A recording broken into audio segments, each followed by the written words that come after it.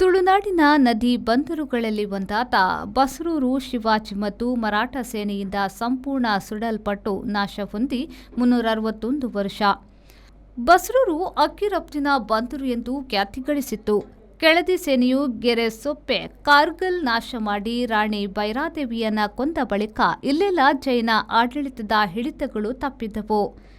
ಕಾರ್ಗಿಲ್ ನಾಶವಾದಾಗ ಪೋರ್ಚುಗೀಸರು ಬಸರೂರನ್ನ ತಾವು ಹಿಡಿದುಕೊಂಡರು.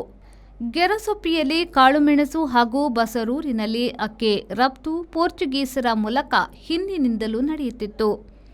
ಪೋರ್ಚುಗೀಸರು ಬಸರೂರನ್ನ ಹಾಳು ಮಾಡದೆ ಬಂದರು ಉಳಿಸಿಕೊಂಡು ರಫ್ತು ಹಾಗೂ ವ್ಯಾಪಾರ ಮುಂದುವರೆಸಿದ್ರು.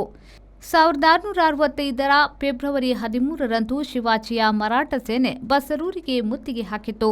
ಒಂದು ಹಡಗು ಮಾತ್ರ ಇದ್ದ ಪೋರ್ಚುಗೀಸರು ಗೋವಾದತ್ತ ಹೊರಟು ಹೋದ್ರು. ಮರಾಠ ಸೇನೆಯು ಇಡೀ ಬಸರೂರನ್ನ ದೋಚಿ ಸುಟ್ಟು ಬಂದರನ್ನ ನಾಶ ಮಾಡಿತ್ತು.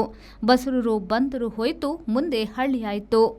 ಮರಾಠ ಸೇನೆಯು ಕರ್ನಾಟಕದ ಶೃಂಗೇರಿ ಸಹಿತ ಮೊದಲಾದ ಕಡೆ ಲೂಟಿ ಹಾಗೂ ಹಾನಿ ಮಾಡಿ ಭಾರೀ ಪ್ರಮಾಣದಲ್ಲಿ ದೋಚಿಕೊಂಡು ಹೋಯಿತು.